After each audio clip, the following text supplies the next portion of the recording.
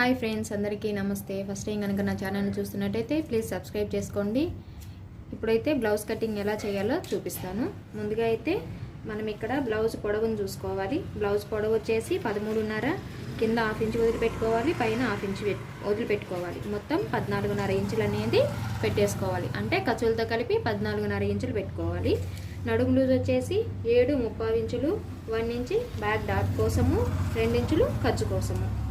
అలాగే chest loose వచ్చేసి ఇదిగోండి 9.5 ఇంచులు, ఖర్చు కోసం 2 ఇంచులు. ఆమ్ రౌండ్ వచ్చేసి ఇదిగోండి పైన ఈ షోల్డర్ వదిలిపెట్టేసుకొని ఆమ్ రౌండ్ వచ్చేసి 5 ఇంచులు పెట్టుకోవాలి.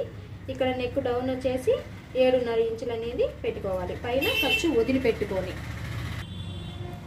ఈ ఆమ్ రౌండ్ వచ్చేసి 1.5 ఇంచు పెట్టుకోవాలి. 1.5 ఇంచు పెట్టేసుకొని ఇలాగా ఆమ్ రౌండ్ అనేది డ్రా చేసుకోవాలి. ఇప్పుడు మనము యాజ్ ఇట్ ఈజ్